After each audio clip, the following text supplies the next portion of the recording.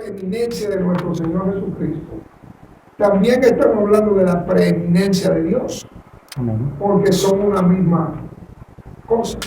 Dios el Hijo, Dios el Padre, Dios el Espíritu Santo. Él dio a su Hijo para que usted y yo no muriéramos eternamente. Él pagó el precio por nuestros pecados. Y yo le voy a decir algo, no fueron los pecados del pasado y los pecados de hoy, fueron todos los pecados. Porque nosotros, aunque hemos recibido al Señor como nuestro Salvador, todavía seguimos cometiendo pecados. Todavía. Entonces, ¿qué significa eso? Que fue por todos. No por lo que cometí ayer, ni por lo que cometí hoy, sino por lo que voy a cometer mañana también. Es tan grande la preeminencia de Cristo que Él proveyó para el pecado de ayer, el de hoy y el de mañana. Porque Él sabía, nuestra naturaleza la conoce. Él nos creó a nosotros y no nosotros a nosotros mismos. Entonces sabemos que Dios, en su infinita misericordia, ha dado a su Hijo. Y ahora, en este pequeño estudio, vamos a ver la preeminencia de nuestro Señor Jesucristo. Y vamos a ir, para que entiendan cómo vamos a darle a este esquema, vamos a ir columna por columna de izquierda hacia derecha. De izquierda a derecha. Terminamos la primera columna y nos trasladamos a la segunda columna. Cuando hacemos este tipo de estudio o de prédica, si usted tiene alguna pregunta, puede hacerla. Vamos a hablar de la principal cosa. En el gobierno universal, ¿qué papel juega Cristo? ¿Qué papel Él juega o usted piensa que Él juega en el gobierno universal? Cuando estamos hablando del gobierno universal, no estamos hablando de los gobiernos civiles. No estamos hablando de esos gobiernos. Porque sabemos que Dios quita y Dios pone, Dios da y Dios quita. Pero eso no se aplica en todo momento y debemos de entender eso. Porque usted y yo podemos elegir a alguien a que gobierne, vamos a decir, como gobernador en Chiriquí, y esa no sea la voluntad de Dios. Porque usted le dio la gana de elegirlo, o porque a mí me dio la gana, o porque a mí me conviene, porque es mi amigo o mi amiga y voy a recibir algún beneficio. ¿Usted cree que Dios está involucrado en esa decisión que usted tomó de votar por esa persona? Cuando ya usted de antemano votó por esa persona porque usted está esperando beneficios, pues no es así.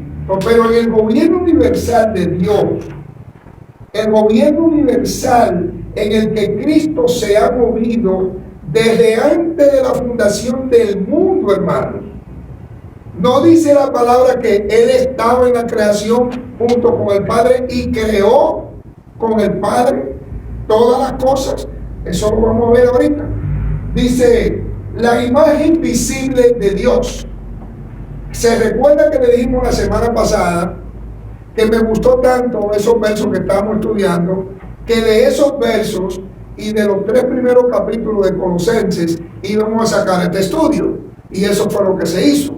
Y ya nosotros este verso lo leímos la semana pasada. Y nos dimos cuenta la imagen visible de Dios. ¿Podemos ver a Dios como Dios sentado en su trono? No lo podemos ver, ¿verdad que no? Pero sin embargo, ¿se pudo ver a Cristo o no? Todos los que caminaron con Cristo en aquel tiempo pudieron no solamente verlo, pudieron hasta tocarlo, hablar con Él y Él hablar con ellos. Oiga bien, y dice la palabra que Él es la imagen visible de Dios. Como Él dijo, el que me ha visto a mí, ha visto al Padre. Cuando le preguntaron y le pidieron, Señor, muéstranos al Padre. Y Él dijo, el que me ha visto a mí, ha visto al Padre. Es decir, Él es la imagen visible. Y lo leemos en el verso 15. Él es la imagen del Dios invisible, el primogénito de toda creación. Ahí lo vemos en este gobierno universal.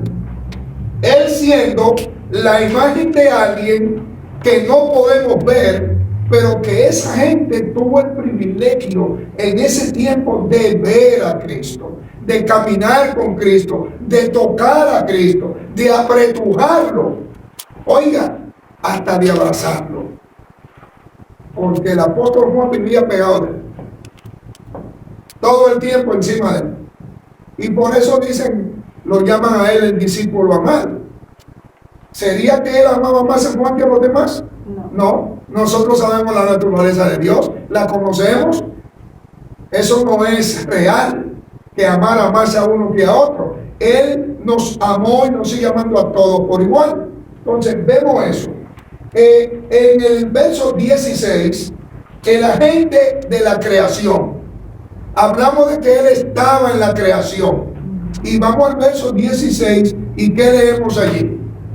Porque en él fueron creadas todas las cosas, las que hay en los cielos y las que hay en la tierra, visibles e invisibles, sean tronos, sean dominios, sean principados, sean potestades, todo fue creado por medio de él y para él. Oiga bien, por medio de Jesucristo, todo fue creado. Por su palabra, todo fue creado. Y no solamente él creó, junto con su Padre y el Espíritu Santo, haciendo la obra de la creación, sino que todo, dice la palabra, fue creado para él. Oiga, para él. Entonces, si todos nosotros fuimos creados para él, nosotros somos de él, ¿no? Amén. Somos de él. Amén. Él nos compró, pagó un precio. Amén. Entonces, ¿por qué nosotros decimos que somos de nosotros? ¿Por qué creemos que somos dueños de nosotros mismos? ¿Por qué? Si Él es nuestro dueño, pues, Él nos creó y Él es nuestro dueño. Él pagó el precio en la cruz del Calvario para ser nuestro dueño. Antes, ¿quién era nuestro dueño? Dice la palabra. Era Satanás nuestro dueño. Porque nos movíamos en una circunstancia completamente diferente a como hoy nos movemos. Hoy nos mueve el Señor. Antes nos movía el otro Señor. El otro que se llama Satanás. ¿Se da cuenta? Pero ya ese no tiene ni parte ni suerte sobre nosotros. Por eso es que no podemos, cada vez que la gente dice, no, Satanás todo el tiempo está encima de mí. Y Satanás, hermano, no es Dios. El que está encima de nosotros es el Señor. Amén. Todo el tiempo, como dijo el hermano, que a mí me encantó esa palabra que él dijo, en aquella enseñanza que Dios, que todo el tiempo nos está mortificando para que nosotros hagamos su voluntad, y está dándonos en la calle para que nosotros entendamos que Él es nuestro dueño. Usted sabe que cuando nosotros mentimos o hacemos cualquier cosa que a Él no le agrada, ¿a quién estamos ofendiendo? Primero que a nadie, pues a Él, porque Él es nuestro dueño. No, yo me voy para donde a mí me dé la gana. Mire, hermano, tenga mucho cuidado de hoy en adelante con lo que usted dice y con lo que yo digo, porque nosotros no podemos irnos para donde nos dé la gana. Es para donde Él nos envíe que tenemos que hablar. Hablemos de la manera correcta, conociendo que nosotros no somos dueños de nosotros. Él es nuestro dueño. Él. Yo no puedo decir, me voy para tal lugar. Vamos a orar. Vamos a orar. Vamos a ver si es la voluntad de Dios. Y si es la voluntad de Dios, pues será. Si es la voluntad de Dios. Usted sabe cuántas cosas me han propuesto a mí. Hermano, véngase para que pastoree. Yo lo dejo usted el pastor y yo me voy. Usted, digo, hermano, vamos a orar. porque hay que ver si es la voluntad de Dios. ¿Y de cuántos líos me ha sacado a mí esa actitud de yo saber que yo no me pertenezco y que usted no se pertenece? Nosotros somos propiedad de alguien más importante que nosotros y que nadie. Él es, oiga bien, Él es, como dice la palabra, nuestro creador, nuestro hacedor, y encima de eso, después que eso sucedió, tuvo que venir a la tierra a pagar el precio que usted y yo teníamos que pagar.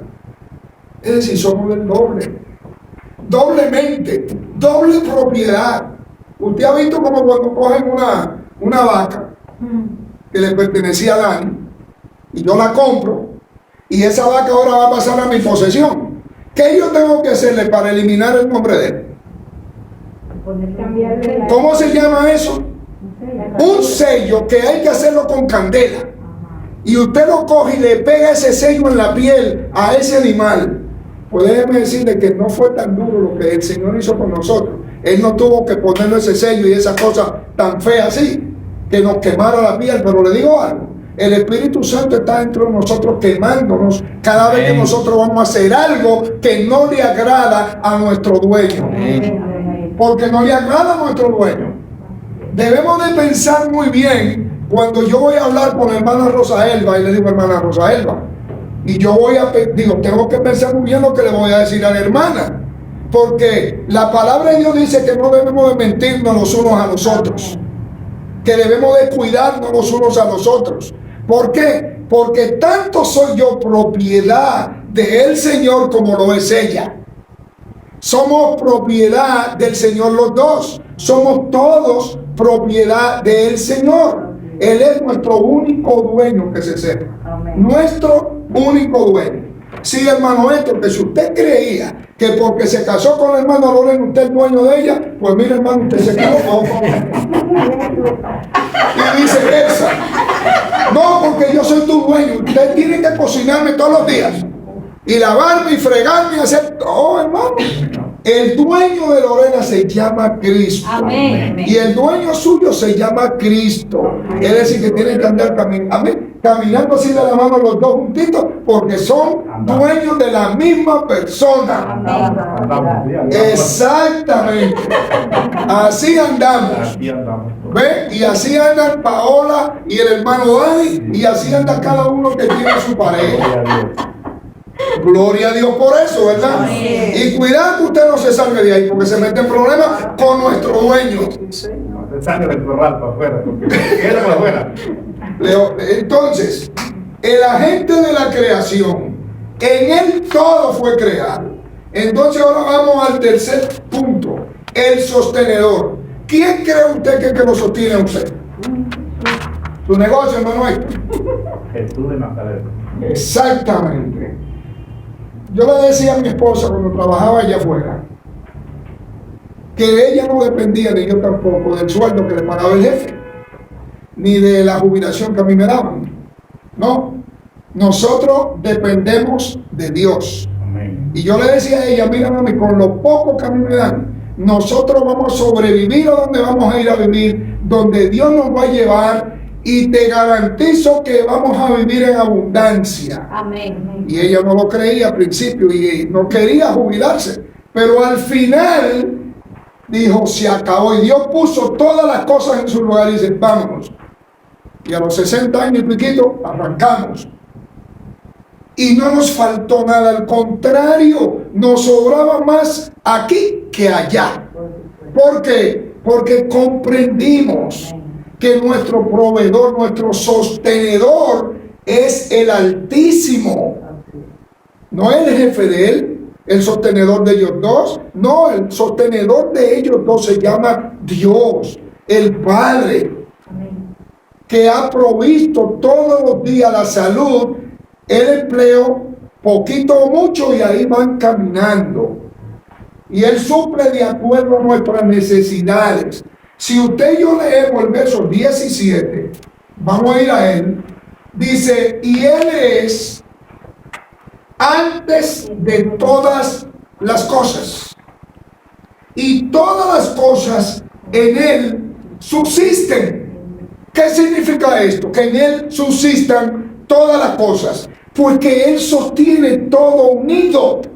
Él tiene todo agarrado y enlazado en sus manos, de tal manera que todo subsiste por Él. Y se descuida, ¿no, hermano? Nosotros nos descuidamos, Él no. Es decir, que la preeminencia de Cristo tiene que ver hasta de la manera como Él mantiene unido todo el universo. Oiga, si la preeminencia de Cristo es grande, que Él mantiene todo unido. Él provee para todos. Él sostiene todo. ¿Hay alguien más importante que Cristo en este mundo? Algo puede darle a usted más satisfacción de reconocer que una persona como esa es su dueño. No, hermano, no. Mire, el yo reconocer que Cristo es mi dueño, el sostenedor del mundo entero, de todo el universo. Hermano, ¿usted cree que existe solamente este mundo? ¿Esta tierra? ¿Usted cree que solamente esto? Se han descubierto un montón de galaxias nuevas que dicen ellos que son nuevas porque es la primera vez que la ven. Porque con los equipos que tenían antes no la podían ver. Ahora ya pueden verlas. Y se creen que son galaxias nuevas. No, esas fueron creadas, hechas por nuestro Dios antes, cuando hizo todas las cosas al mismo tiempo. ¿O usted cree que le ha ido creando un puchito aquí, otro poquitico allá? No, hermano, Él lo creó todo en los días que la Biblia dice, y pare de contar. Ahora, cuántas variedades de nuevos peces y vida marina se están encontrando todos los días, y la gente se queda completamente atónita y no quieren entender que es nuestro dueño, nuestro creador, el que hizo todas estas cosas. En estos días estamos mirando, Estrella y yo, unos peces increíbles que yo nunca en mi vida había visto. Pero de la misma manera los científicos tampoco lo habían visto. Es decir, no fue sorpresa para mí solo, también para ellos. Peces nuevos, dicen ellos, que de nuevo no tienen nada. De nuevo no tienen nada. Entonces Él es el sostenedor de todas las cosas. Él es como si fuera una goma enorme o una pega enorme. Él mantiene el mundo unido de esa manera. Y lo mantiene a usted y me mantiene a mí, a cada uno de nosotros, unidos. Porque Él es que nos sostiene a usted y me sostiene a mí. Amén. No es nadie más. A mí me da mucha pena ver a la gente allá afuera. Cuando usted viene manejando, va caminando en la calle, y ver a las personas cómo piensan, cómo viven, cómo actúan. Cada día la violencia abarca más al ser humano. Cada día hay más gente separada completamente de Dios. Oiga, separado completamente de Dios, matándose uno con otro. Usted ve la televisión, usted ve la prensa, donde quiera es una cosa. Pero gracias a Dios que hay un grupo de personas alrededor del mundo que le dan la gloria y la honra a ese que sostiene al mundo con una mano. Gracias a Dios que nosotros podemos reconocer que, como dice el verso 17, Él es nuestro sostenedor. Y si usted va ahora al verso 18, ¿qué es lo que dice aquí? Él es la cabeza. Bueno, ¿la cabeza de qué? El cuerpo de Él y la iglesia. Ajá, ¿de qué? De la iglesia. De la iglesia. Pero también Él es la cabeza del mundo entero. Oiga, del mundo entero. Porque aunque el mundo hoy lo rechace, y aunque el mundo hoy le dé la espalda, cada persona de esa que a Él le da la espalda va a tener que doblar sus rodillas quiera o no quiera y reconocer que Él es Dios. Aunque vayan para la perdición, hermanos. Y nosotros tenemos el privilegio de conocer quién es Él y servirle a Él y saber que Él es nuestro dueño. No tenemos ningún otro dueño, es Él nuestro dueño. Amén. Yo no soy dueño de mi esposa ni ella es dueña mía. No, nosotros los dos conjuntamente, hermanitos en Cristo, le servimos al Señor y nos gozamos donde quiera que vamos. Gloria a Dios. Y donde quiera que el Señor nos lleva, siempre nos lleva en bendición. ¿A usted no le da pena ver a la persona detrás de las bendiciones? Creyendo que son como pececitos y hojitas. ¿A usted no le da pena eso? Yo no ando detrás de ninguna sola. Yo no necesito eso. ¿Por qué? Porque la promesa de Dios que ella vino detrás de mí. Y le voy a poner un ejemplo. La historia de José. ¿Quién fue José? Fue llevado, primero los hermanos lo querían matar. Lo tiraron como por muerte en una cisterna. Allí lo cogen y lo amarran, lo sacan y lo venden y lo mandan para Egipto. Y Egipto era lo peor que había, supuestamente. Y allí, miren lo que sucedió con José. Cuando andaban persiguiendo a los niños, ¿qué le dijo el ángel a Jesús y a María? ¿A dónde los mandó? A Egipto. ¿Y ellos qué pensaron? ¿Qué ustedes creen que María y José pensaron? Pero ¿cómo nos va a mandar de Egipto si de allá nos sacó el Señor, pues? Yo me imagino que se pusieron medio, pero ellos se fueron para allá.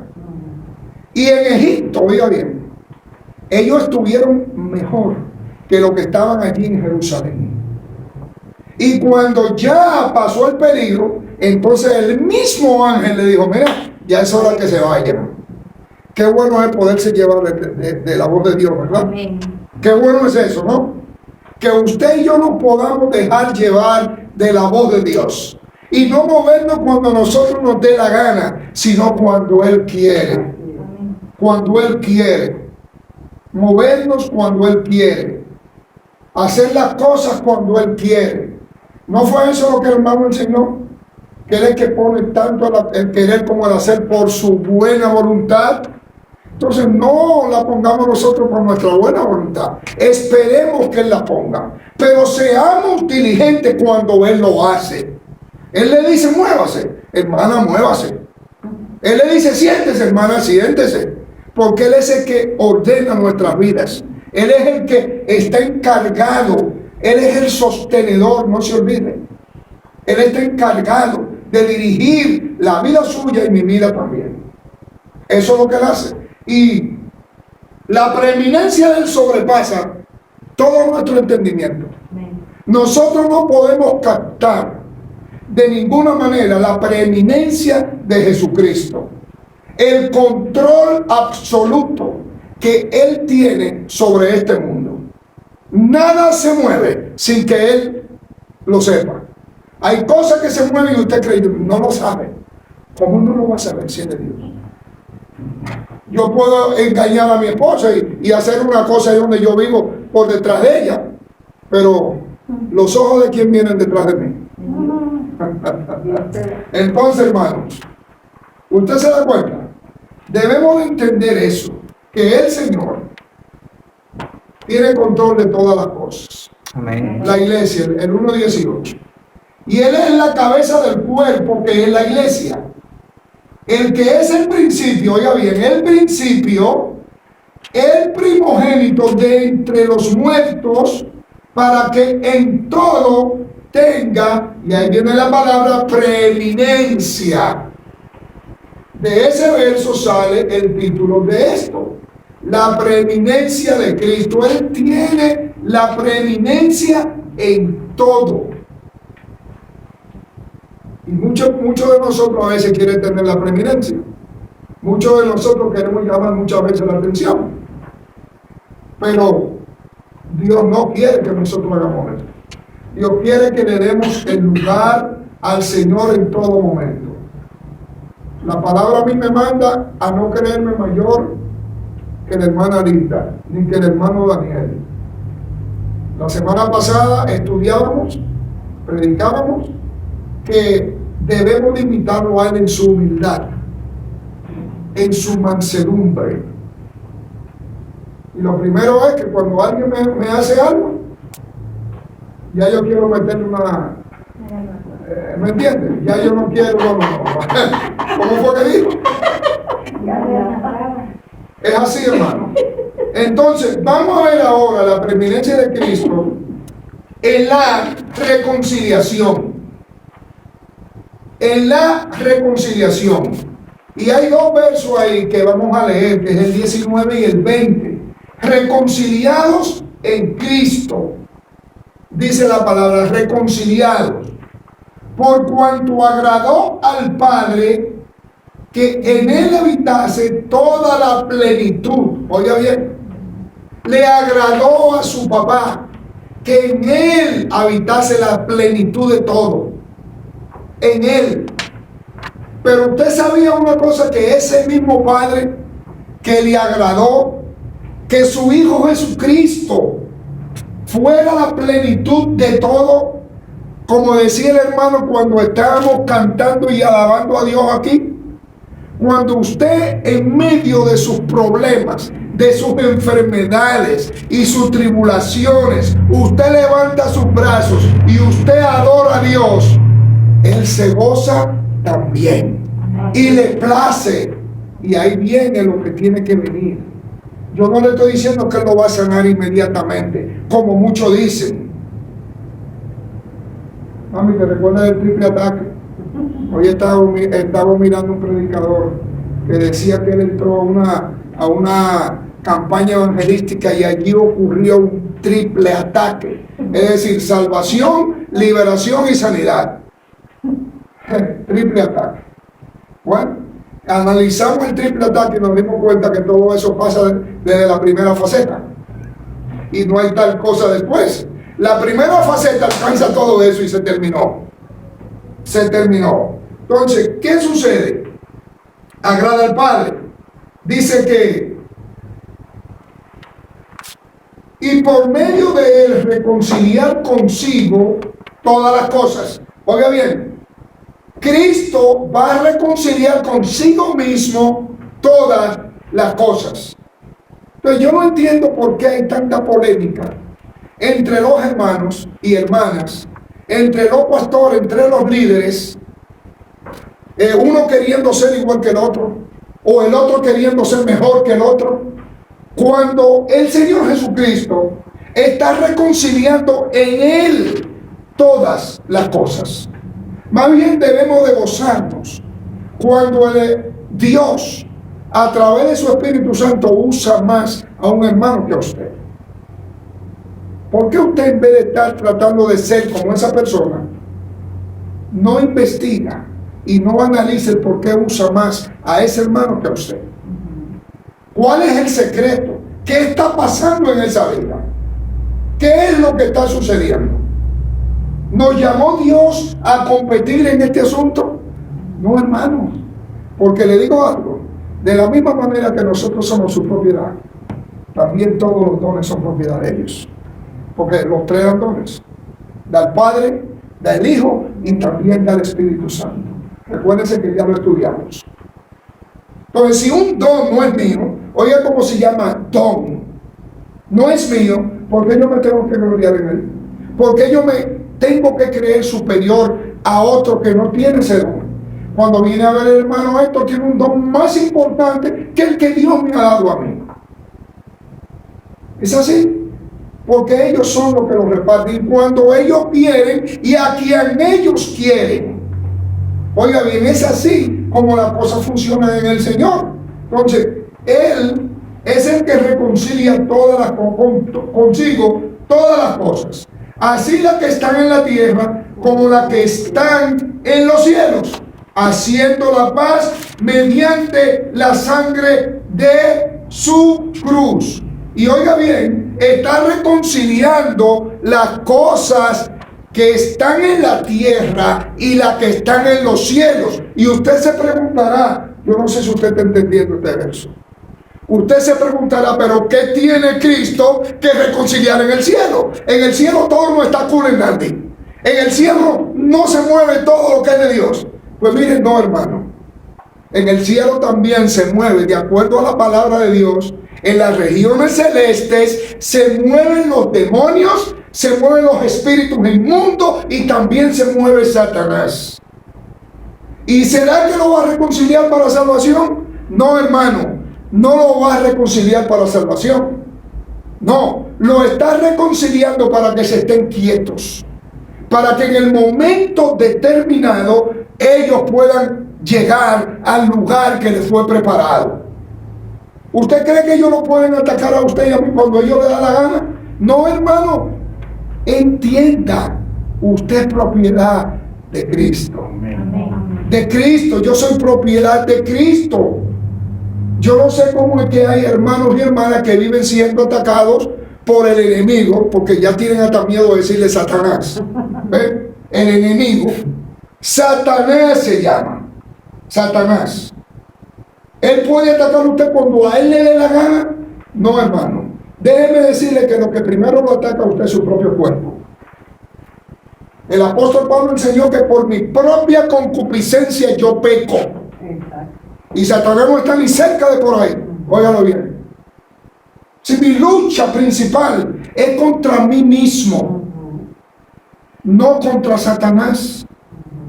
Entendamos eso. Porque Él no es nuestro dueño es Cristo. Amén. Entonces, si fuera así, que nosotros estuviéramos asediados todo el tiempo por Satanás, y entonces, ¿dónde está mi hermano mayor? ¿Ah? ¿Dónde está mi hermano mayor? Mi hermano mayor se llama Jesús de Nazaret. Entonces, no es así como la gente piensa. Se nos ha enseñado y predicado un montón de basura. Eso es lo que sucede, hermano. Pero dentro de la reconciliación que Él está haciendo, o ya hizo, también reconcilió en los cielos. Y más adelante, yo no sé si el hermano Dani quiere traer una enseñanza sobre eso, porque es un tema muy profundo. El asunto de que Cristo reconcilió en los cielos, eso es bien profundo. Pero Él sigue reconciliando en la tierra. Todos los días le está reconciliando en la tierra. Todos los días. Y no solamente eso, oiga bien. Dice, haciendo la paz mediante la sangre. La sangre de Cristo. La Biblia dice la sangre de su cruz, pero a mí no me gusta esa expresión. Porque la cruz no botó sangre. Él fue el que derramó toda su sangre. La sangre, hay versiones mejores que esta. Sí, aquí tengo Dios habla hoy, por ejemplo, dice, haciendo la paz mediante la sangre que Cristo derramó en la cruz. ¿Lo ves? Ahí tiene. Mediante la sangre que Cristo derramó en la cruz. Porque la cruz no bota sangre. La cruz no derramó nada. ¿Se da cuenta? Entonces, miren para que usted vea lo que es. La manera como Cristo vino a reconciliar. Entonces, continuamos, porque creo que aquí llega también al 22. Llegamos al 21 y al 22. Dice, y a vosotros también que erais en otro tiempo extraños y enemigos en vuestra mente, haciendo malas obras, ahora os ha reconciliado en su cuerpo de carne por medio de la muerte, para presentaros santos y sin mancha e irreprensibles delante de Él. Y a mí me llama la atención esto que dice que éramos enemigos en nuestras mentes. Enemigos en nuestra mente. Eso significa que si éramos, y ahí está hablando en un verbo pasado, ya no lo somos. ¿Y qué es lo que la palabra de Dios me enseña? Que ya nosotros tenemos la mente de Cristo, por lo tanto no debemos de ser enemigos en nuestras mentes, sino todo lo contrario, amigos, porque ya fuimos reconciliados por Cristo. Y es muy lindo cuando vemos la reconciliación que Cristo ha hecho a través de nosotros. Entonces, la preeminencia de Cristo llega de tal manera al ser humano que Él vive en nosotros. Amén. Él vive e hizo morada en nosotros. Dice que vive en nosotros como nuestra esperanza. Una esperanza de gloria, dice la palabra. Esperanza de gloria. Y eso lo vemos en el verso 1.27. Usted tiene el estudio o la prédica allí. Podemos ir al 1.27, que es la última parte del capítulo 1 de este estudio. Dice, a quienes Dios quiso dar a conocer las riquezas de la gloria de este misterio entre los gentiles. ¿Por qué el apóstol dice este misterio? Porque se supone que los que iban a ser salvos eran los judíos, los israelitas. Y los israelitas se iban a encargar de pasarnos a nosotros las migajas del evangelio. Pero por su soberbia y su rechazo a Cristo, entonces Él hizo esto con nosotros. Él hizo esto. A nosotros nos dio, dice, que es Cristo en vosotros la esperanza de gloria. Oiga bien, no solamente nuestro dueño, es nuestra esperanza de gloria. Nuestra esperanza de gloria. ¿Qué más usted y yo queremos? No es la preeminencia de nuestro Señor Jesucristo por encima de todo el universo. Amén. Me compra y encima de eso es mi esperanza de gloria. Me da una esperanza que se llama la bienaventuranza bendecida. La bienaventuranza, una esperanza que es por encima de todas nuestras mentes, que usted y yo no podemos comprender, porque nuestras mentes son finitas y no podemos captar exactamente la magnificencia enorme de nuestro Señor Jesucristo. Cuando leemos ese verso nos damos cuenta de que no solamente muere por usted y por mí y paga ese precio, sino que por encima de todas las cosas adquiere, oiga bien, adquiere el título que antes tenía Satanás sobre mí y ahora él es el dueño, porque ya él le quita ese título a Satanás y encima de eso, a ese título le pone eso que dice en el verso 27. Ahora él es mi esperanza de gloria. ¿Y de qué gloria está hablando ahí? ¿De qué gloria habla ahí la palabra? De la gloria venidera que ha de manifestarse en cada uno de sus hijos.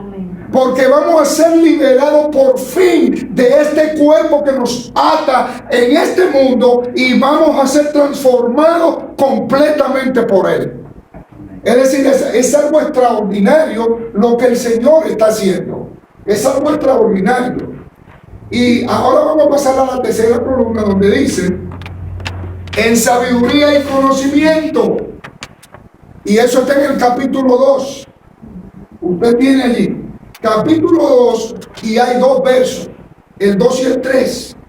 Oiga, en sabiduría y conocimiento. Y dice de la manera siguiente, para que sean consolados sus corazones. ¿Qué dice? Unidos en amor. Ay, Padre amado, ¿unidos en qué? En disensiones, en pleitos y en problemas. En amor, en amor. Unidos en amor. Oiga, unidos en amor hasta alcanzar todas las riquezas de pleno entendimiento. Usted oye lo que estamos hablando, que no entendemos con nuestra mente finita, pero llegaremos a alcanzar todo el pleno entendimiento a fin de conocer el misterio de Dios el Padre y de quién más, de Cristo. Oiga, para conocer el misterio del Padre y también de Cristo. Oiga, la sabiduría que viene al ser humano cuando le sirve al Padre, al Hijo y al Espíritu Santo, a Jesucristo, que es nuestro dueño, y por medio de todo esto llega esa sabiduría a nosotros. Llega porque todo el mundo no entiende estas cosas. Estas cosas son para nosotros. Nosotros, la sabiduría que Él nos da. Dice el verso 3, en quien están escondidos todos los tesoros de la sabiduría y del conocimiento. ¿En quién están escondidos? Pues en el Padre y en el Hijo. Y Él le place, por eso le dije que Él se placía, se gozaba en compartir con nosotros, porque hablamos de que Él es el sostenedor y nuestro proveedor, y ahora nos está proveyendo de sabiduría y de entendimiento para poder comprenderlo a Él.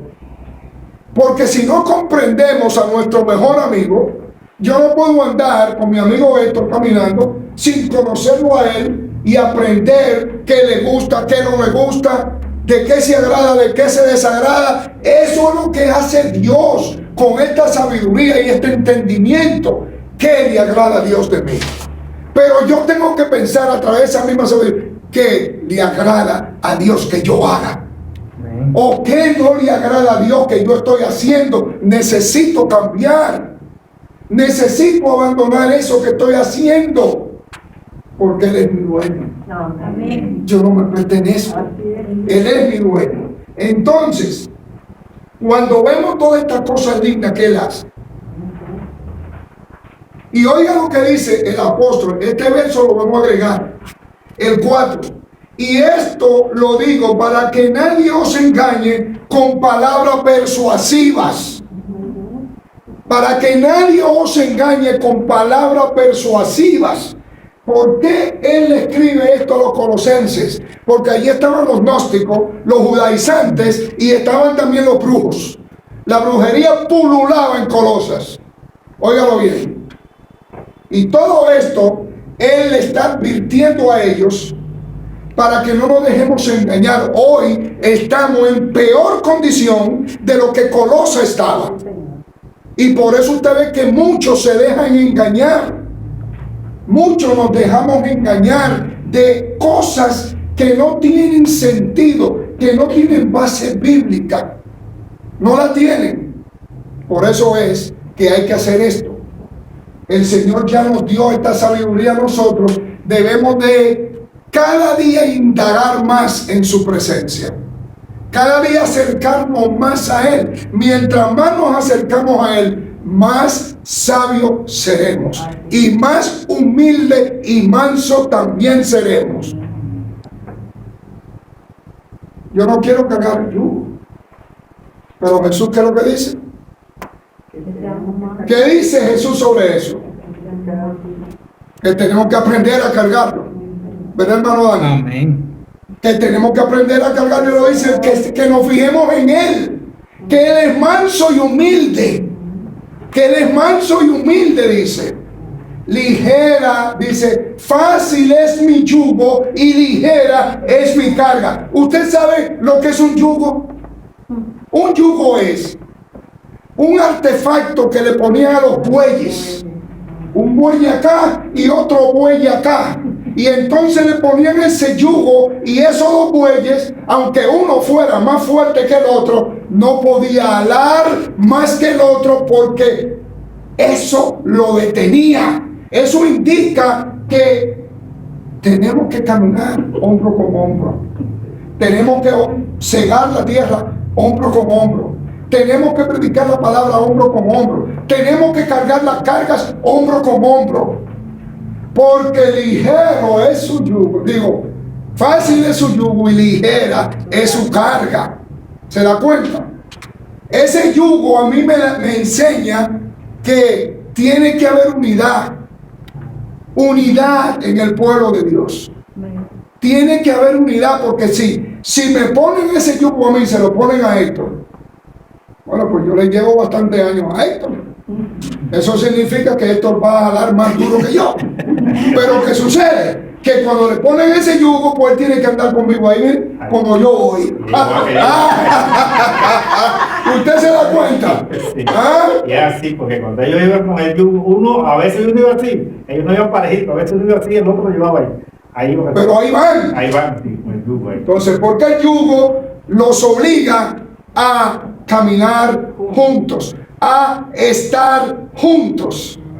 Y eso es lo que el Señor pide de nosotros. Amén, hermano. Aquí es tremendo lo que dice, ya que usted está resumiendo lo que está hablando el apóstol Pablo aquí a los colosenses. Es decir, prácticamente lo que dice es: estén unidos, que Dios es el que dará la sabiduría. Correcto. Y cuando llegamos a ese verso 4, al final, que dice que para que se cuiden entre ustedes de que no los engañen con palabras persuasivas. Y ese no los engañen con palabras persuasivas como cae hoy, ¿no? ¿Y qué vendrían siendo palabras persuasivas? Vamos a leerlo en la otra versión. Amén. En la Dios habla hoy, el versículo 4 dice: esto se los digo a ustedes para que nadie los engañe con palabras seductoras. Exacto. Y no sé si les suena mucho esas palabras seductoras a: ven, tendrás tu milagro, ven, tendrás tu casa, ven, Dios te quiere una princesa, un príncipe, todas estas cosas que se predican. Vean lo que se asemeja, ¿no? Correcto. Es decir, que para que usted vea como la palabra de Dios va junta desde el principio hasta el fin para enseñarnos que Cristo está en control de todas las cosas y Él quiere que las cosas se permanezcan de esa manera. Mire, dice, las sutilezas filosóficas nos alejan de Él. Y esto es muy importante ahorita mismo que vamos a leer ese verso, es un solo verso. Y lo vamos a tratar de explicar lo mejor posible. Es un solo verso. Es el verso 8 del capítulo 2. Y está hablándole a este pueblo porque ese pueblo tenía dentro de ellos a un montón de gente que hablaban así de esa manera, como leyó el hermano Dani. Hablaban así, tenían un poder de convencimiento enorme, pero oiga, mirad que nadie os engañe por medio de filosofías y huecas sutilezas, según las tradiciones de los hombres, conforme a los rudimentos del mundo y no según Cristo. En una palabra, todo lo que enseñaban era del mundo y eran sutilezas. Hablaban de que usted no podía hacer esto porque Dios no se agradaba de eso. O hablaban, aún llegaban más lejos de decir que usted no podía ni siquiera mencionar el verdadero nombre de Dios. Se usaba en ese tiempo en Colosa porque nosotros no éramos dignos de hacer eso. Óigalo bien. Más adelante vamos a traer un estudio sobre eso, para que usted vea cómo esa gente trataban de mantener dentro de la ignorancia y hacer caer a esta gente. Pero no solamente en Colosa. Un montón, por ejemplo, en Corintios también sucedió lo mismo. Pero Pablo, que estaba bien versado en todo esto, les enseñaba a ellos de la manera correcta. Como hoy nosotros todos tenemos que enseñarle a las personas de la manera correcta para que no se dejen engañar. Usted se recuerda a nuestra hermana que vino, no vamos a mencionar nombre ni nada, metida completamente en el judaísmo. Y de ahí, ¿quién la saca de que nosotros podemos cumplir los 10 mandamientos? Usted sabe que todavía los 10 mandamientos son una tabla moral, pero hay que excluir uno de los 10 mandamientos, los 9 primeros. Hay uno de ellos que nosotros no tenemos ni que hablar de eso porque es santificar la fiesta. Usted sabe cuál es ese día, es el sábado. Y vemos hoy en día todavía personas, lamentablemente, celebrando ese día y no se congregan ese día, no hacen negocio ese día, o se congregan ese día, no hacen negocio ese día. Y si usted le debe una plata y se la va a pagar, no se la cobran. Es decir, que si usted va a hacer negocio, haga negocio con esa gente y nunca le va a cobrar. Vaya a pagarle todo el tiempo el sábado. ¿Me entiende? Vaya a pagarle todo el tiempo el sábado. Entonces, las sutilezas, los rudimentos de que habla Pablo, está hablando de cosas que no tienen importancia y que excluyen a Cristo. Son tradiciones paradigmas, costumbres, rituales que nosotros ya no debemos de practicar porque ya no vivimos bajo esa ley. Alguien me preguntó a mí que si nosotros tenemos que obedecer los 10 mandamientos. Y yo le digo, los 10 no, 9 nada más. Uno no hay que obedecerlo. Ahora, ¿cómo lo obedecemos? Bueno, son leyes morales. Si usted le sirve a Cristo, usted no va a matar, ¿verdad que no? Si usted le sirve a Cristo, ¿usted va a robar? Nada de lo que dicen los 10 mandamientos, los 9, usted lo va a hacer. Entonces son leyes morales que todavía hoy están vigentes, pero le digo algo, no son ni para usted, ni son para mí, son para los que no tienen a Cristo. A eso sí le es impuesto esos 9 mandamientos, a usted y a mí no. ¿Por qué? Porque si usted tiene a Cristo, esos 9 mandamientos están escritos dentro de nuestros corazones, pues. Ahí están. Gracias, mi hermano. Ahí están. Yo lo reduzco. Exacto. Entonces, es moral. Es una ley moral, pero que no aplican al creyente. Porque el creyente de antemano ya los está llevando. Ahora bien, ¿los cumplimos todos? No, hermano, porque esa es la bendición que tenemos.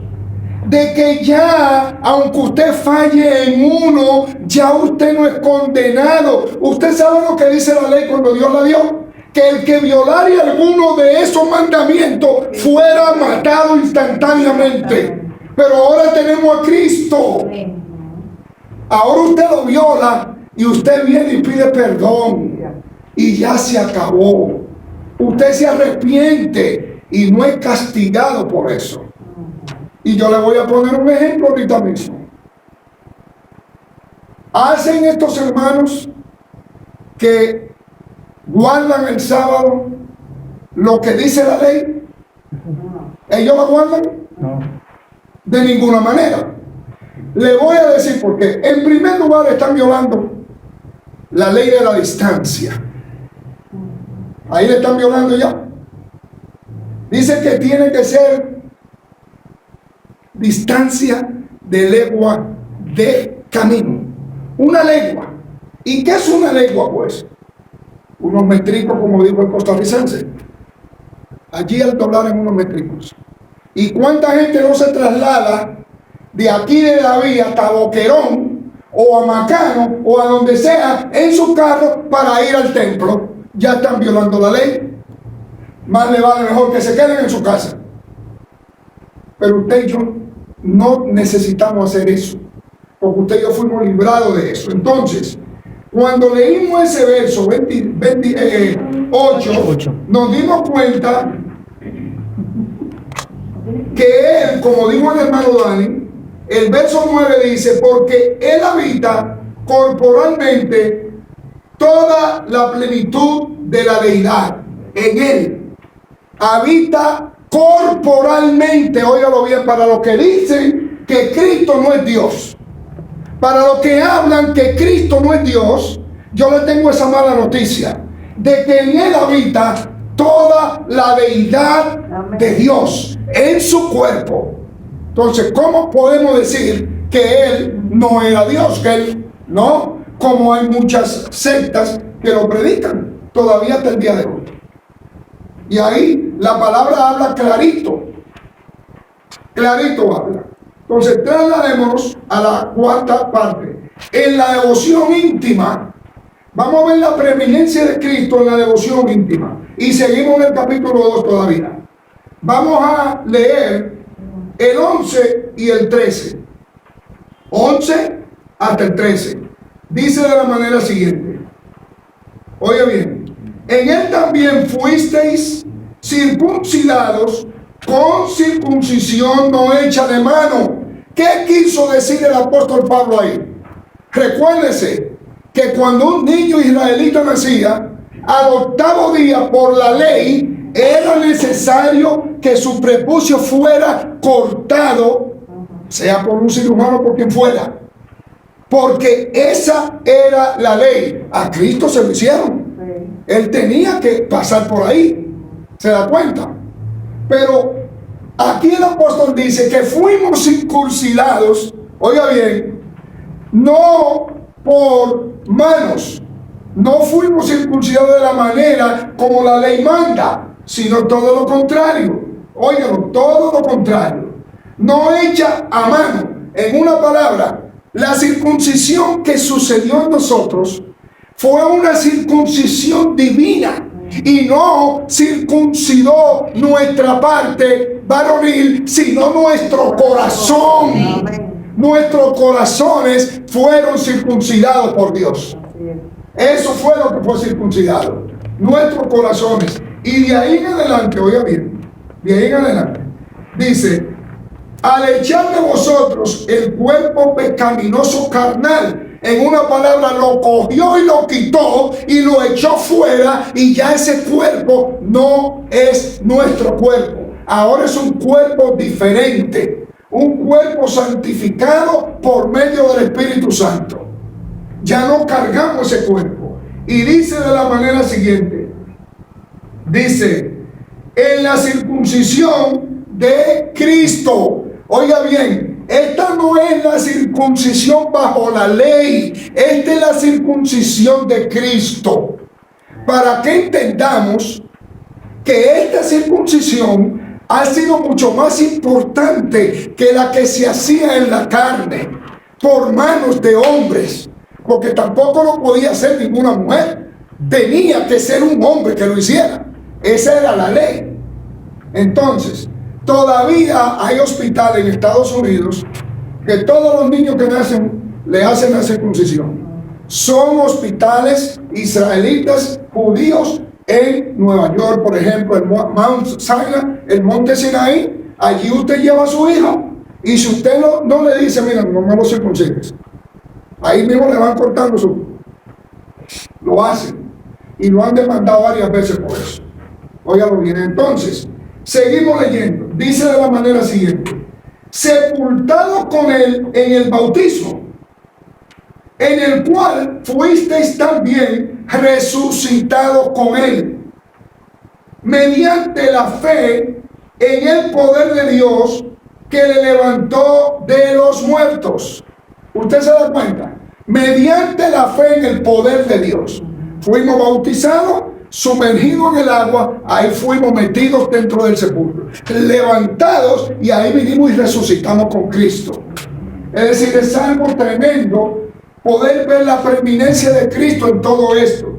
En todo esto. Entonces, dice el verso siguiente: y a vosotros, estando muertos en pecados y en la incircuncisión de vuestra carne, dice, os dio vida juntamente con él, perdonándoos todos los pecados.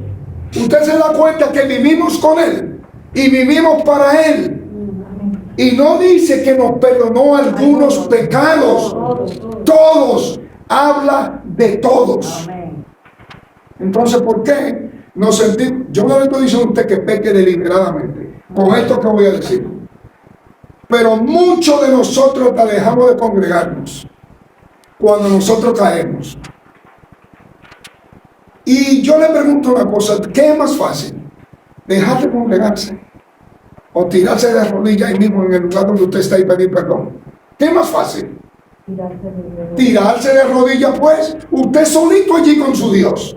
Recuérdense que Él es su dueño. Él es su dueño. Cuando alguien es dueño de algo, esa persona puede hacer con eso lo que le dé la gana. Yo soy dueño de esta camisa, si me da la gana me la quito y se la doy a Dani, o voy y la tiro a la basura. Claro, yo no voy a hacer eso, yo la voy a poner a usar. ¿Ven? Entonces, Dios le ha dado a Cristo todo lo que nosotros somos. Él nos ha hecho todo lo que nosotros somos por su divina voluntad. Y entonces, ¿qué sucede? Que cuando vemos que estas cosas pasan y vivimos en Él y fallamos, no queremos pedir perdón. Como que se nos hace difícil pedir perdón. Venir a Él porque si ya estamos reconciliados, pues. Óigame, solamente reconocerlo. Le digo algo: la palabra perdón ni siquiera va a salir de sus labios. cuando ya usted está perdonado. Amén. ¿Por qué? Porque Él está mirando la actitud de su corazón. Él está mirando eso. Usted viene hincado o como usted quiera. Y usted dice, Señor. Y cuando ya usted dice, ya Él sabe que usted se arrepintió. Ya lo sabe. ¿Qué es lo que dice la parábola del hijo pródigo? Que el padre esperó en su casa que el hijo llegara. No. ¿Verdad que no? No, el padre salió a recibirlo, pues. Y había fallado este muchacho. Este hombre había fallado. Y había caído en concupiscencia en 50,000 tipos diferentes de pecados. Pero él no esperó que su hijo llegara a su casa. No. Él abrió su brazo y caminó. Amén. Amén. Y lo alcanzó en el camino. Gloria Y a Dios. demostró lo que es ser un verdadero padre. Amén. Y le mostró su amor inmenso. Exacto. Eso hizo él.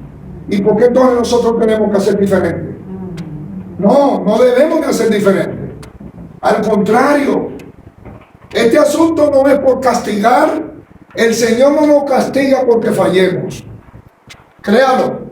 Somos nosotros mismos los que nos castigamos. Usted sabe eso, ¿verdad? Usted sabe que el Señor no quiere mandar al infierno a nadie tampoco, ¿verdad? ¿Quién es el que se manda al infierno? Porque el que permanece en el pecado, ese se manda al infierno. Él mismo lo dice en su palabra, que Él no quiere que nadie se pierda. De la misma manera nosotros como padres, óigalo, como padres, no debemos hacer cosas feas que Dios no haría con nosotros, a nuestros hijos. No debemos. Porque Él nos ama de una manera diferente. Y si usted cree que esto es por los dones del Espíritu y por el poder de Dios y todo ese tipo de cosas, hermano, estamos equivocados. Todo esto es por amor. Amén. Todo Dios lo hizo por amor. ¿Qué es lo que dice en Juan 3:16? ¿Qué es lo que dice allí? De tal manera. Exacto. No fue porque de tal manera admiró Dios al mundo, o porque de tal manera odió Dios al mundo, o porque de tal manera Dios hizo al mundo y lo quiere para Él. No, porque de tal manera amó Dios al mundo, amó y lo sigue amando. Pero el que quiere irse para el infierno, pues, mi abuelito me enseñó que por su gusto se muere, la muerte le sabe a dulce. Óigalo bien, entonces, entendamos que nosotros debemos de llegar a Él, a lo que Él hace acá. Eso es lo que Él hace. Ya leímos y el 13. Y si leemos el verso 14, que es donde yo quiero llegar, que no está puesto ahí, no está, pero oiga lo que dice el verso 14, el más importante de toda esa lectura que tenemos. Oiga lo que dice: anulando el acta de los decretos que había contra nosotros, que nos era contraria, quitándola de en medio y clavándola en la cruz. Amén. Oye, clavándola en la cruz. En una palabra, el acta. ¿De qué acta está hablando? Está hablando de un documento. Óigalo bien, está hablando de un documento. No un acta que está firmada en el aire por Dios. No, es un acta real que Dios entregó a alguien. Y esa acta Él la está anulando completamente. Porque esa acta solamente sirvió y sirve para una cosa: para demostrarnos nosotros que somos pecadores y necesitamos a Cristo en nuestros corazones. Y sigue funcionando de esa manera para aquellos que no conocen a Cristo. El acta. Y levantó un nuevo sacerdocio, que después vamos a hablar sobre eso. ¿Se da cuenta? Anulando el acta de los decretos que había contra nosotros. ¿Y por qué habían realmente eran decretos que había contra nosotros? Quizá una versión más moderna pueda decir algo mejor. Hermano Dani, ¿cómo dice la Biblia? bueno, tengo las 4 versiones aquí. Dios habla hoy, dice, Dios anuló el documento de deuda ¿Usted que oye? había contra nosotros. Y el Biblia de las Américas dice, habiendo cancelado el documento de deuda, también lo dice documento de ¿Usted deuda. oyó? Y la versión internacional dice, y anula la deuda que teníamos pendiente por los requisitos de la ley. Ese lo especifica un poco más. Ese es. ¿Usted oyó? Que no hay deuda. La deuda que teníamos con él por los requisitos de la ley, porque nadie fue capaz, Sí, cumplirla. excepto Cristo, de cumplirla. Amén. Y por eso dice que la clavó, al final dice que la clavó en la cruz, porque En la él cruz. fue el que pudo decir consumado, Exacto. Y allí estuvo, consumado es, pagado. lo pagó. El precio que usted y yo teníamos que pagar, ese precio. Entonces, ya ustedes vieron que vivimos en él. Amén.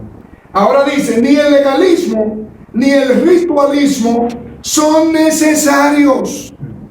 Oiga, ni el legalismo ni el ritualismo son necesarios. Y ahí hablamos del verso 16 al 23, pero solamente vamos a leer 2 para no alargar más la cosa. Oiga lo que dice en el verso 16 y el 17. 2, 16 y 17. Vamos a buscarlo. Dice, por tanto, nadie os juzgue en comida o en bebida o en cuanto a días de fiesta, luna nueva o días de reposo.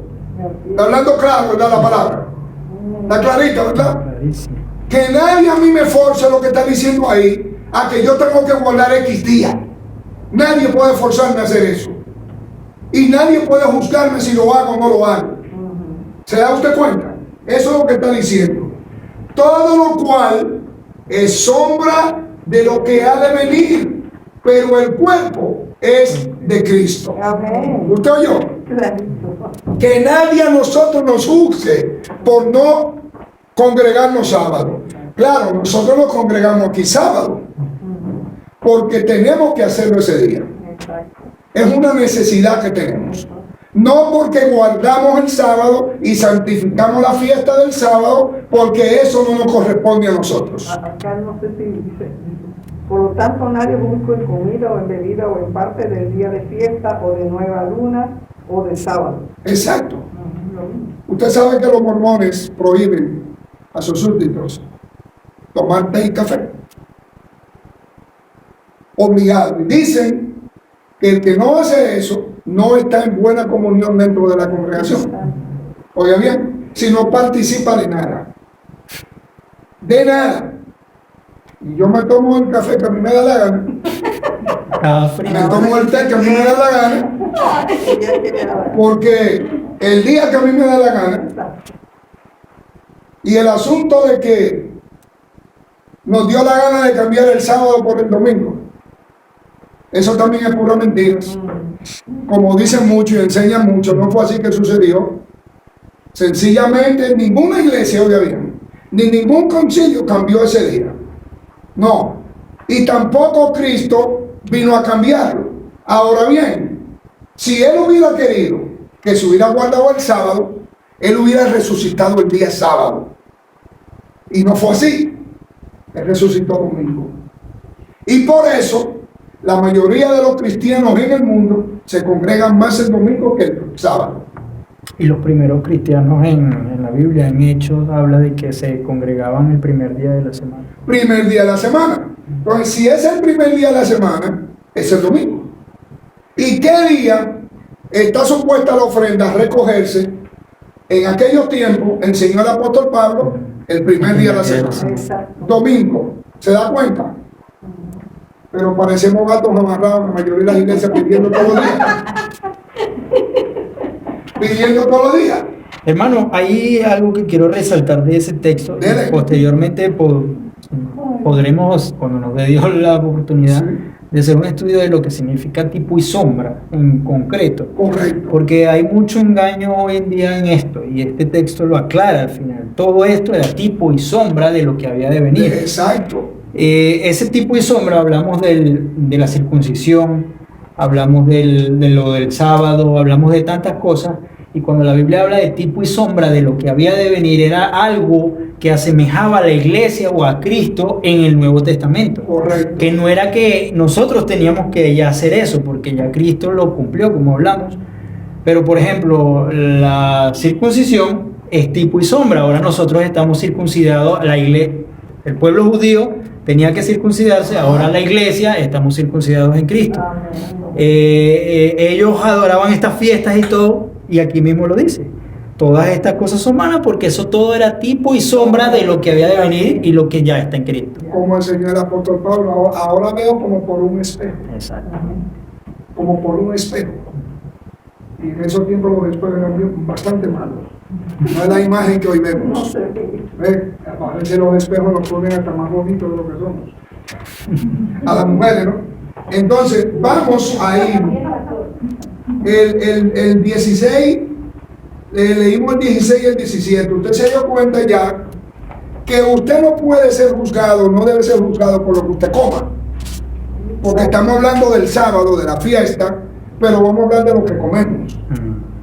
Hay gente que, bueno, el pueblo de Israel hasta el día de hoy no come cerdo, pero tampoco los musulmanes comen cerdo. Ellos tampoco.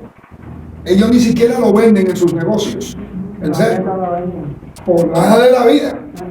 Vaya a Sirimol a ver si vemos el cerdo. No lo venden, porque ellos también tienen eso que no comen cerdo. No comen ciertas cosas. La luna nueva, la luna llena, para muchos de ellos tiene una importancia enorme, y yo no digo que hay nada de malo en eso, porque a mí se me enseñó a sembrar de esa manera con la luna o los diferentes tipos de lunas. Se nos enseñó a sembrar y a cortar también la madera. Eso es bíblico, se da cuenta, y eso no falla, eso funciona. Pero nosotros no vamos a vivir eximiéndonos. Yo no como cerdo porque a mí realmente me gusta el chicharrón, y a mi mujer ahí, padre amado, nos encanta.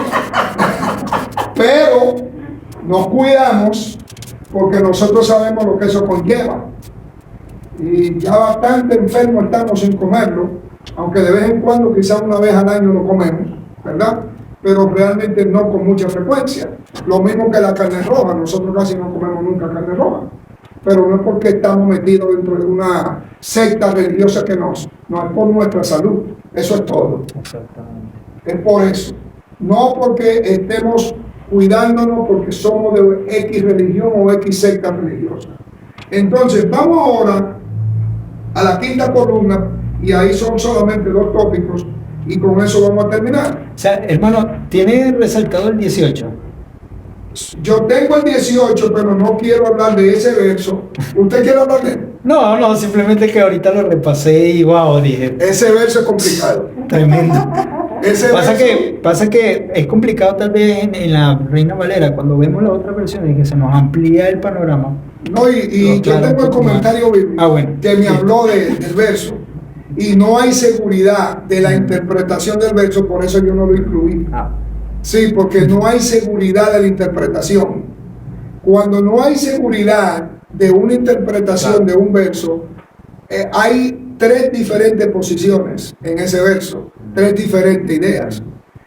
Podemos, dentro de lo que es hablar de eso, si usted quiere, léalo y lo deje en el corazón de los hermanos, y cada uno que vaya. Bueno, para ampliar un poquito, claro, voy a leer las 2 versiones rapidito. Sí, El verso 18, consecuente a lo que venimos hablando, correcto. dice: nadie os prive de vuestro premio, afectando humildad y culto de los ángeles, entremetiéndose en lo que no ha visto, vanamente hinchando por su propia mente carnal. Cuando leo la versión Dios habla hoy, lo Sí. aclaro un poco más por la consecuencia del contexto de lo que se viene leyendo. Dice, no dejen que los condenen. Y esto me trae mucho porque viene hablando de las personas que condenan a los otros por día, fiesta y comida. Exacto. Y dice, no dejen que los condenen esos que se hacen pasar por humildes. No dejen que los condenen diciéndoles que eso es pecado y que van a condenarse porque guarden tal día, porque coman tal cosa, ¿verdad? Porque ellos se hacen humildes. y que dan culto a los ángeles, o sea, que ellos dan culto a los ángeles, que pretenden tener visiones, escuchen esto, es tremendo. Pretenden tener visión. Pretenden tener visiones, o sea, si nos vamos directamente a los adventistas, las visiones del G de White, todo lo Dios que... mío. Pretenden tener visiones, me quedé humilde, culto a los ángeles, pretenden tener visiones y que se hinchan de orgullo a causa de sus pensamientos humanos. Correcto. Entonces, yo creo que le da un matiz Es había una secta en ese tiempo que no se atrevían a adorar a Dios sino a los ángeles. Ese es el problema. Y ellos ponían primero los ángeles antes que a Dios. Pero ellos ni veían los ángeles, pero tampoco veían a Dios. Porque ya Cristo no estaba en la tierra, que es la misma imagen del Padre. Entonces, ¿qué sucede? Que el apóstol Pablo le está advirtiendo a este pueblo colosense, a esta iglesia, de que no se lleve de ese tipo de cosas. Porque la mayoría de ellos lo hacían para darse importancia, para inflar sus corazones, como dice la palabra, y creerse superiores a los demás, en una palabra. Eso era lo que ellos creían, que querían hacer con los demás. El verso tiene ciertas cosas porque dice de entrometerse. Cuando habla ya de palabra de entrometimiento, no hay una interpretación muy clara del verso. Y por eso yo no fue que lo excluí, sino que no lo leí. Usted vio que está aquí, pero yo lo puse del 16 al 17 nada más. Para no leerlo, porque entonces vamos a entrar en una explicación mucho más larga y realmente pues el verso no edifica tanto. Porque ya en los otros versos ya leímos de que nadie nos puede juzgar por X día, por X fiesta, por X, ¿me entiendes? Por lo que comamos, por lo que dejemos de comer el día que nos reunimos o no nos reunimos. Y yo iba a traer el comentario, pero es un libro que lo sabe de este tamaño súper pesado. Y Estrella y yo no estamos para eso ahorita, para estar cargando cosas tan pesadas. Pero lo voy a traer para un día leérselo, para que ustedes vean lo que dice ese comentario. Es un comentario muy bueno, con más de 17 años de estudio, para poderlo poner junto al comentario. Entonces eran eruditos, gente que sabía lo que estaban haciendo. Y yo, para no complicar la cosa, pues no quise leerlo. Pero oiga bien, está hablando de legalismo. Yo soy un legalista. Si yo critico a la hermana Linda, bueno, usted no hace tal cosa porque usted no lo hace. Como critican a los escribas y fariseos, como el mismo Jesús le dijo, vosotros diezmáis la ruda y el eneldo. Para ellos era muy importante. Pero lo otro que era más importante, que era la piedad y la misericordia, no la tenían. Que era lo que el Señor realmente quería que sucediera en ellos. Y eso sucede con ese verso. Si lo estudiamos profundamente, nos vamos a dar cuenta que se tomó, esta gente hacía eso para hacerse creer, como dijo el hermano, más humilde, y era para involucrarse dentro y meterse muy sutilmente y engañar a las personas de que hicieran esto o no hicieran aquello. Sencillo como eso. Entonces, entremos ahora en la vida suya y mía, la vida del cristiano, la vida suya y mía, la vida del cristiano. Y vamos a terminar, y ahí solamente tenemos en el verso 3, esa primera parte. Él es nuestra vida. ¿De quién estamos hablando? Pues de Cristo y su preeminencia. El verso 3 nos habla de que Él es nuestra vida. Dice, porque habéis muerto y vuestra vida está escondida con Cristo. ¿Dónde? Dios. Padre amado. ¿Usted necesita más bien? ¿Usted necesita algo más bien? Por eso no debemos de tener tanto miedo a Satanás. Oigan, por todo estamos mencionando a Satanás. Por todo estamos creyendo que Él nos está atacando. Y por todo estamos creyendo que Él nos va a alcanzar. Y la palabra nos dice que Satanás nos alcanzará. La palabra dice, tu pecado te alcanzará. Exacto. Tu pecado te alcanzará. No dice que Satanás no va a alcanzar. ¿Se da cuenta? ¿Por qué no dice que Satanás no va a alcanzar? Por eso que acabamos de leer. Porque nuestra vida está escondida con Cristo en Dios. Y mire, no hay nada más. Escondida con Cristo en Dios. Es decir, la vida suya, mi vida, la vida de Cristo, todas están escondidas en Dios. Dentro, allá, con la protección de Dios. Ay, hermano, yo le tengo tanto miedo a los gatos negros. Me dan cosas. Y usted oye a los hermanos que dicen, hasta me erizo. Como que me erizo. ¿Se eriza de qué? Si ese animal negro lo creó Dios, entonces usted se va a erizar también porque ve a un negro caminando en la calle. Hay gente que le da miedo. Hay gente que le da miedo. Sí, sí. A mi abuelita le da miedo. Que eso le va a dar traer una pava o una cosa así. Exacto. Que, ay hermano, la oscuridad a mí me da un miedo. Y pues yo quería que usted era luz. ¿Le da miedo a la oscuridad? Entonces usted no está haciendo luz. Si le da miedo a la oscuridad. Y todavía hoy en día vemos personas con 50 años en el Evangelio diciendo que le da miedo a la oscuridad. Entonces, ¿en quién han creído? ¿En quién? Nada en este mundo, óigalo bien, nada debe darnos miedo. Nada. Porque nuestra vida está escondida con Cristo en Dios. Entonces, ¿quién la puede tocar, hermano Dani? Imagínese usted a alguien tratando de tocar esa vida. ¿Qué usted cree que le va a pasar a ese alguien? Que intente tocar esa vida que está escondida con Cristo en el meromero que se llama Dios. Óigalo bien. ¿Quién? Pero andamos con miedo, ¿no? Yo tengo miedo y la palabra miedo no se quita de nuestros labios. Y no hay motivo para tener miedo. Si su vida está escondida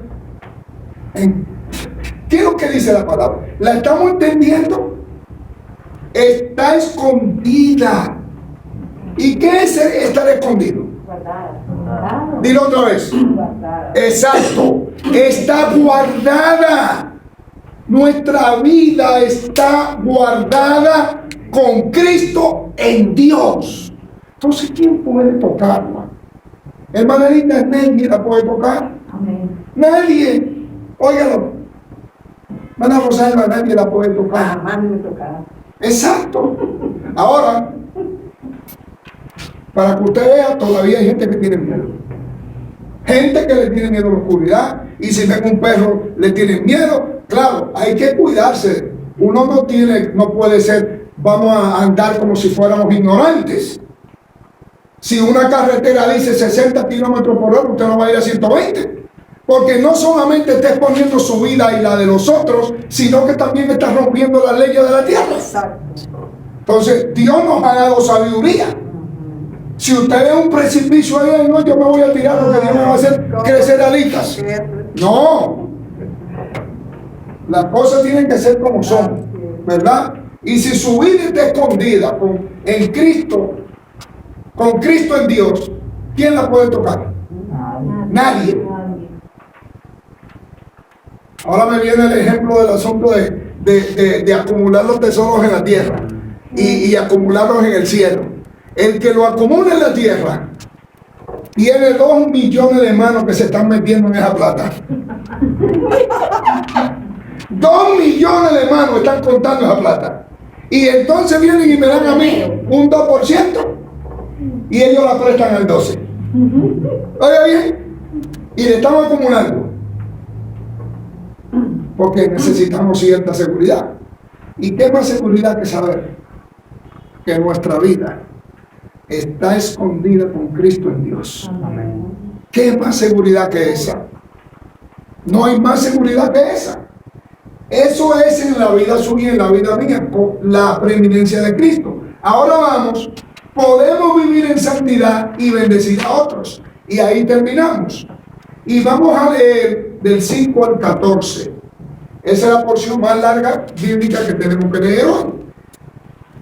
Capítulo 3, 5 al 14. Hermano Dani, usted me lo puede leer. Amén. Por favor. En el nombre del Padre, del Hijo y del Espíritu Santo. Amén. Haced morir, pues, lo terrenal en vosotros: fornicación, impurezas, pasiones desordenadas, malos deseos y avaricia, que es idolatría. Cosas por las cuales la ira de Dios viene sobre los hijos de desobediencia, en las cuales vosotros también anduvisteis en otros tiempos, cuando vivías en ellas. Pero ahora dejad también vosotros todas estas cosas: ira, enojo, malicia, blasfemia, palabras deshonestas de vuestra boca. No mintáis los unos a los otros, habiendo despojados del viejo hombre con sus hechos, y revestidos del nuevo, el cual, conforme a la imagen del que los creó, se va renovando hasta el conocimiento pleno, donde no hay griego ni judío, circuncisión ni incircuncisión, bárbaro ni escrita, siervo ni libre, sino que Cristo es el todo y en todos. Amén. Vestíos pues como escogidos de Dios, santos y amados, de entrañable misericordia, de benignidad, de humildad, de mansedumbre, de paciencia, soportándoos unos a otros y perdonaos unos a otros si alguno tuviera queja contra otro. De la manera que Cristo os perdonó, así también hacedlo vosotros. Y sobre todas estas cosas, vestíos de amor en el vínculo perfecto. ¿Qué es el vínculo perfecto? Usted y yo, ¿cómo terminó? ¿De qué estamos hablando anteriormente? De amor, ¿no? Es el vínculo perfecto. ¿Qué es un vínculo? Bueno, exacto, una conexión. Vamos a hablar del yugo. Eso es un vínculo que mantiene a los bueyes juntos. Debe mantenernos el amor junto a nosotros. Ese es nuestro yugo. Ese es nuestro yugo, el amor. Por lo menos así como esto, yo, a veces uno anda caído y el otro así lo levanta y así. Si hubieran filmado un video de aquella mujer que está allí sentada y yo, Ajá. y lo hubieran puesto en todas las redes sociales, la gente se hubiera muerto de la risa. No de pena, sino de la risa, por la manera. Pero eso es lo que Dios quiere. ¿Se da cuenta? Eso es. Si el hermano tiene un dolor, yo no le voy a mentir a usted que yo voy a sentir el mismo dolor que él siente. Pero debe existir algo que se llama compasión. Debe existir algo que se llama consideración. Y sobre todo debe existir amor, que me hace sentir con él o con la hermana, con cualquiera de ustedes, lo que ustedes están sintiendo. Yo no puedo decirle, como la mayoría de la gente dice, la acompaño en sus sentimientos cuando alguien se muere. Esa es la mentira más grande que yo veo en toda mi vida. Que la acompaño en sus sentimientos. No, hermano, yo nunca he dicho eso en toda mi vida. Nunca. Ni cuando era muchacho lo dije. Porque a mí me parecía una hipocresía eso. Yo no hago eso. No sé qué me enseñaron a mí, que eso a mí me causaba cierto rechazo. Porque yo veía que iban y lo abrazaban. Te acompaño en tus sentimientos. Y después entonces, cuando no había nada, no daba nada en el entierro, esa misma persona que la acompañó en sus sentimientos, son miserables, no dieron nada. Ni café dieron. Es decir, eso me enseñó a mí que uno no debe hacer eso. Porque no es verdad. Pero sí entendamos que ese vínculo, dice que es el vínculo perfecto, es el vínculo que debe unirnos a cada uno de nosotros. Que usted ore por mí, yo ore por usted. Que si usted sabe que yo estoy enfermo o que usted está enferma y yo lo sé, ¿cómo es posible que yo no me comunique, no esté orando por ustedes? A veces ustedes ven que uno ni se comunica a través de Somos Iglesias, pero no es que hemos dejado de orar. Yo creo que mientras menos participo en Somos Iglesia, es cuando yo más pendiente estoy de todos ustedes. Porque estamos orando más. Y de vez en cuando entro y cuando el hermano Dani pone algo que, wow, se salió, digo, hermano, eso estuvo tremendo. Porque así es. Pero debemos de cuidarnos, ese es nuestro vínculo racional, nuestro vínculo perfecto. Es el amor.